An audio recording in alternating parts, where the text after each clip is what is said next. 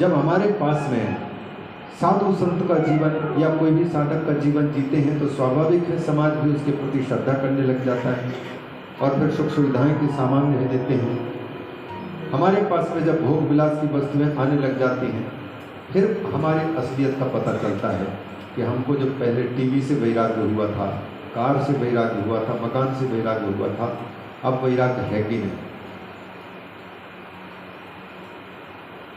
वो नहीं रह पाता। इसीलिए ये पहले जब कोई हर एक साधक के जीवन में किसी महापुरुष की तलाश होती, महापुरुष के पास आते हैं, फिर वहाँ का वातावरण बहुत प्रभावित करता है और उस प्रभाव में आकर के रहा सहा वैराग्य भी गायब हो जाता है, किनारे हो जाते हैं। और अगर वैराग्य रह गया और सच्ची जिज्ञासा बनी हुई है कि हमें प्रहलाद बनना है, हमें ध्रुव बनना है, हमें भगवान की प्राप्ति करनी है, इसलिए इन छोटे मोटे प्रलोभनों में हमको फंसना नहीं है, ये प्रलोभन है। अगर ऐसी स्थिति आ जाए साधक की तो फिर सद्गुरुदेव का मिलना बड़ा कठिन होता है। महापुरुष संश्रय, हमारी जितनी बड़ी योग्यता है उतने ही बड़े गुरु हमको मिल जाएं, ये बहुत ही मुश्किल है।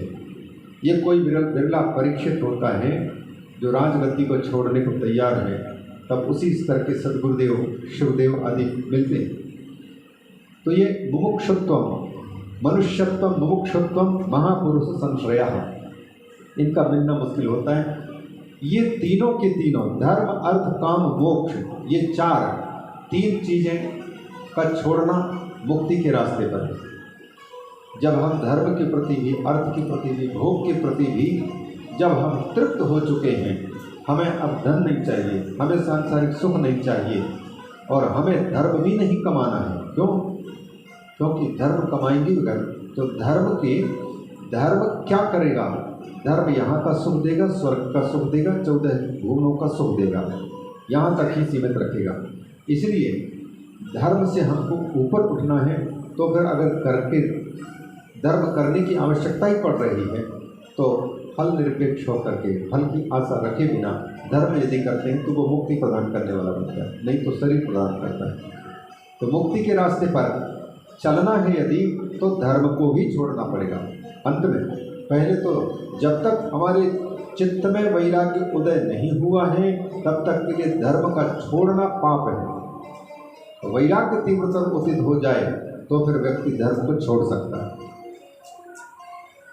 शास्त्रों ने व्यवस्था दी है चारों वर्णों के लिए, ब्राह्मण, क्षत्रिय, वैश्य, शूद्र के लिए, कि 25 वर्ष की आयु तक तो पहले नींव की तैयारी, मकान बनाना है मजबूत, तो नींव की तैयारी मतलब ब्रह्मचर्य जीवन में रहते हुए हम शास्त्रों की उन बातों को मस्तिष्क के कंप्यूटर पर डाउनलोड कर लें जिन बातों के सहारे हम वानप्रस्थ के लिए गृहस्थ जीवन को मजबूत बना सकें। और इसके बाद फिर यदि ठीक से गृहस्थ जीवन जिया है तो निश्चित रूप से 51वें वर्ष में वैराग्य की प्राप्ति होगी और फिर बेटे बेटियों की व्यवस्था करके हम फिर वन की ओर प्रस्थान करेंगे। पति पत्नी अब एकांतिक जीवन साधना की ओर प्रस्तुत करेंगे। ठीक से गृहस्थ जीवन जिया है तभी ऐसा हो सकता है। अगर ठीक से जीवन नहीं हुआ है धर्मपूर्वक तो फिर वहाँ ही रचे पचे रहने में, गोबर के कीड़ा और दही के कीड़े की भांति वहाँ ही रचे पचे रहने में इच्छा होगी। बेटे बेटियाँ तो जो अच्छे होंगे तो सेवा करेंगे ही अच्छे, लेकिन उस सेवा के सुख को देख करके आगे भागने की इच्छा नहीं होगी, दूर किनारे होकर के या घर में ही साधना करने की इच्छा नहीं हो पाएगी, वहीं लटकाए पड़ रहेंगे। इसलिए ब्रह्मचर्य अवस्था में जिसने ठीक से ब्रह्मचर्य जीवन जिया है, शास्त्रों का अध्ययन किया है, तो शास्त्रीय रीति से गृहस्थ जीवन जिएगा। और इसके बाद फिर गृहस्थ जीवन में 26वें वर्ष से 60-40 वर्ष, वो 50 वर्ष की उम्र तक बेटे बेटियां और उनके विवाह आदि संपन्न करने के बाद में अब हमारा कर्तव्य पूरा हो चुका है। अब उनके ऊपर में कार्यभार दे करके अब समय निकाल करके अब आगे के जीवन के लिए स्वयं का विचार करना। और फिर घर में स्वाभाविक है पोते पोतियां हैं, बेटे बेटियां हैं और उन सबके हित की बातें तो आएंगी ही आएंगी, स्वाभाविक आएंगी। और भगवान के लिए चिंतन का समय निकल पाना मुश्किल पड़ता है। भाग्य हो जो 51-52 वन की ओर प्रस्थान करने की इच्छा अगर जाग जाए, बहुत बड़ी बात है। सरकार भी 60 वर्ष की अवस्था में अगर सेवा मुक्त कर दे रहा है तो यह हम लोगों के लिए कम से कम 100 वर्ष की आयु की कल्पना में 40 साल फिर भी बचे हुए। लेकिन व्यक्ति 60 वर्ष की अवस्था में सेवा मुक्त होने के बाद में कोई ना कोई काम ढूंढ लेता है कि चलो ये काम कर लेंगे, वो काम कर लेंगे, ऐसे में ये हो जाएगा। पूरी तरह से वहाँ से भी निवृत्ति हो नहीं पाती है। जब तक हमारे जीवन में निवृत्ति नहीं आ रही तब तक के लिए ये और्ध्वदेह क्रिया मतलब आगे के जीवन के बारे में विचार ही नहीं आ पाता, बड़ा कठिन है। तो 75वें वर्ष के 51 से 75वें वर्ष तक वन में पति पत्नी के रहने के शास्त्र व्यवस्था करते हैं और इसके बाद फिर 76वें वर्ष से लेकर के 100 वर्ष को जैसे सबसे शुरुआत में हम न तो पति थे न हम पत्नी थी, उसी प्रकार से अब दोनों के दोनों अलग, पत्नी भी अलग पति भी अलग, क्योंकि अकेले आए थे तो वह लास्ट में स्वयं वहाँ पर जब अकेले हो जाते हैं तब फिर व्यक्ति को सूनापना महसूस होगा, किसी का सहारा जब नहीं मिलेगा और सारी दुनिया की चीज़ें देख चुके हैं तो फिर उसको एकांत में इच्छा होगी कि मैं राही अकेला हूँ, एक अकेला पंछी हूँ मैं, मुक्त गगन का पंछी हूँ मैं, उड़ना मुझे अकेला है।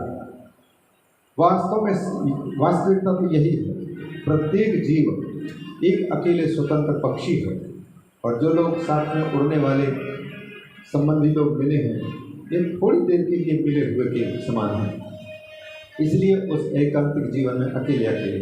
लेकिन ये जो 4 आश्रमों की व्यवस्था है, ब्रह्मचर्य, गृहस्थ, वानप्रस्थ और संन्यास, इन 4 आश्रमों में कोई बिरला यहाँ जो वर्णन आता है शास्त्रों में, उनमें से संतों ने उन लोगों की चर्चा की है जो गृहस्थ जीवन में रह करके और वन की ओर प्रस्थान किया है। राजा परीक्षित को भी वैसे सुना है सुखदेव जी ने। उनकी प्रशंसा क्यों की है? क्योंकि गृहस्थ में रहने वाले व्यक्ति अगर सुने तो गृहस्थ जीवन के बाद में क्या करना पड़ता है इसका भान हो। उसी प्रकार से वानप्रस्थ में रह करके बाद में फिर 75वां वर्ष जब पूरा हो रहा है तो फिर 76वें वर्ष में हम क्या करें उसकी जानकारी मिलेगी। ये आश्रम व्यवस्था भी जो की गई है 100 साल के मनुष्य की आयु की कल्पना करके, लेकिन क्या 100% हम कह सकते हैं कि सभी लोगों की जिंदगी 100 साल की ही होगी?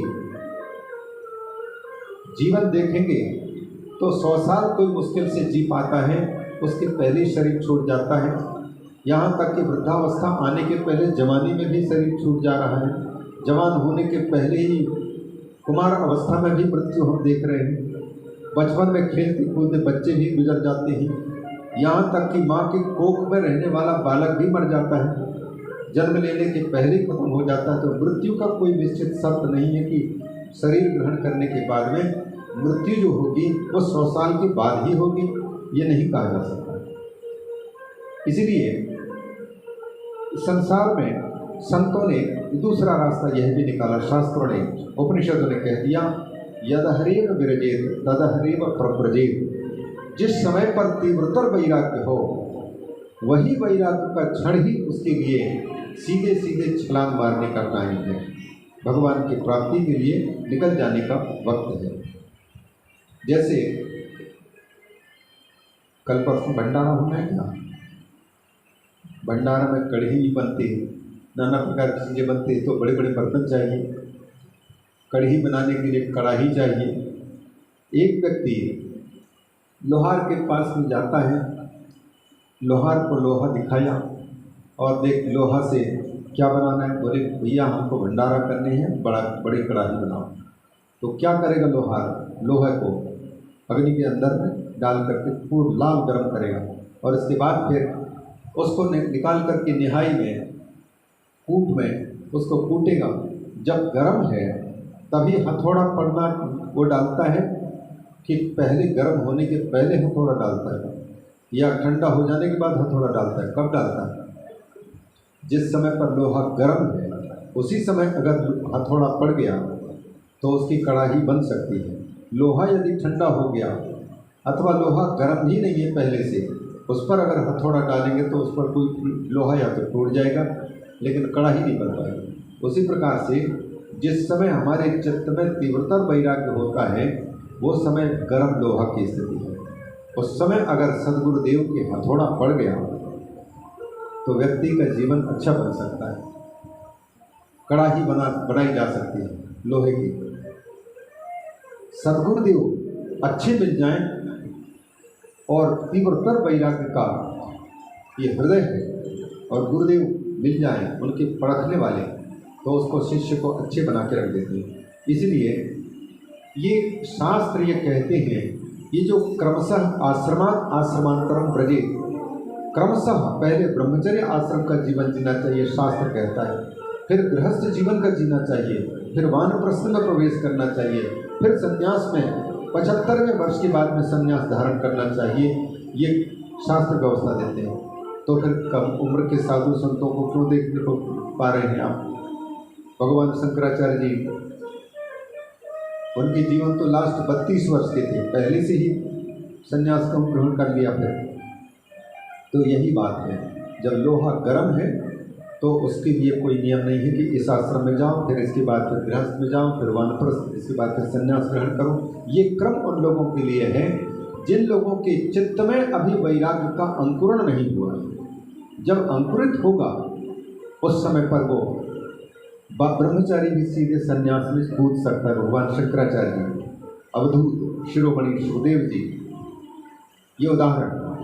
तीव्रतर वैराग्य जब हो जाता है तो यदहरेव विरजे तदहरेव प्रव्रजेत, जब वैराग्य उत्पन्न होता है, अब ये मुझे नहीं चाहिए, धर्म अर्थ काम इन तीनों की हमने प्राप्ति कर ली है, अब इसके बाद में हमको क्या करना है, जिज्ञासा। तब शास्त्र कहते हैं, वेद व्यास जी के सूत्र ब्रह्मसूत्र, अतः परम ब्रह्म जिज्ञासा, अब ब्रह्म की जिज्ञासा करो, क्योंकि माथा खाली हो चुका है। इसमें अब ये करूँगा वो करूँगा, ये योजनाएं बंद हो चुकी हैं।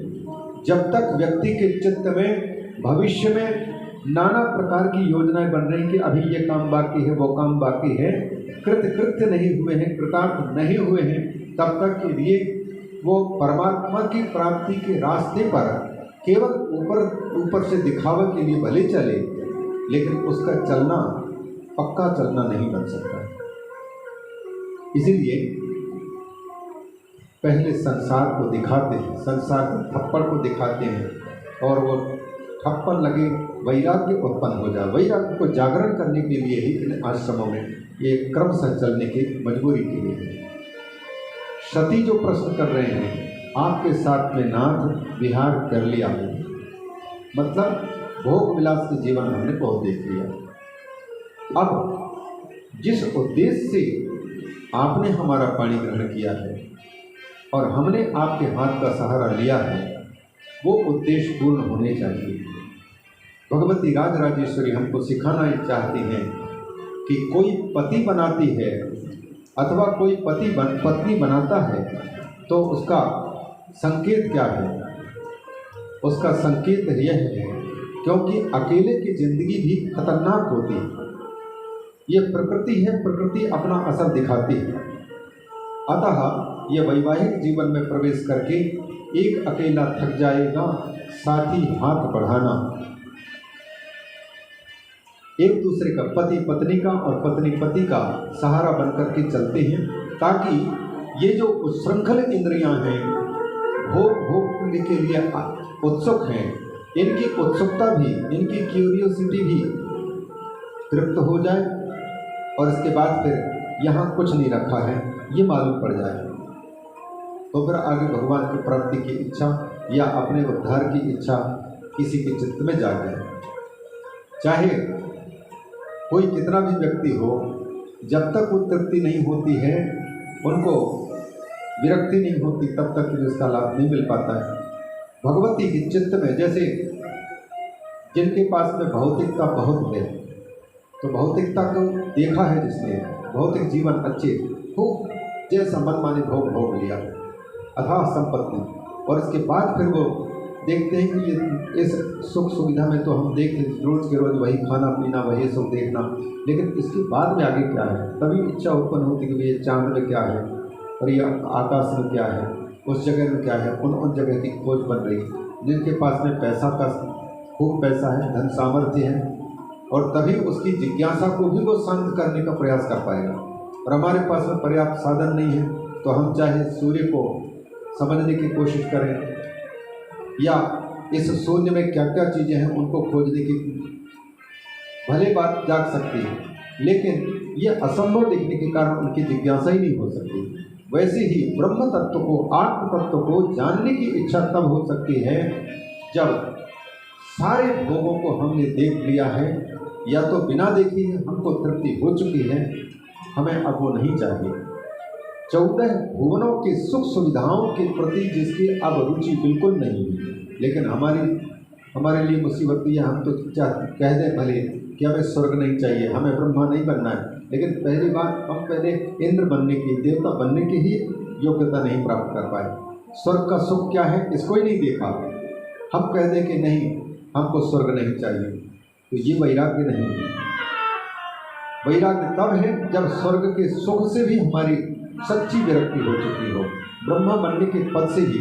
इसलिए ब्रह्मलोक पर्यंत केवल संसार है, अतल वितल सुतल कलातल, पूरा संसार है, इसी में चक्कर काटते रहो। 14 भुवनों के ब्रह्मांड में बस इसके अंदर रह करके जीना यहाँ, मरना यहाँ, इसके सिवा और जाना कहाँ, ये चक्कर लगाते रहो। इससे बाहर निकलने की इच्छा जब ये पूरे के पूरे यद्यपि देख चुके हैं हम, पर भगवान ने पता नहीं कैसी व्यवस्था कर रखी कि उस शरीर में पिछले सुखों की स्मृति नहीं है।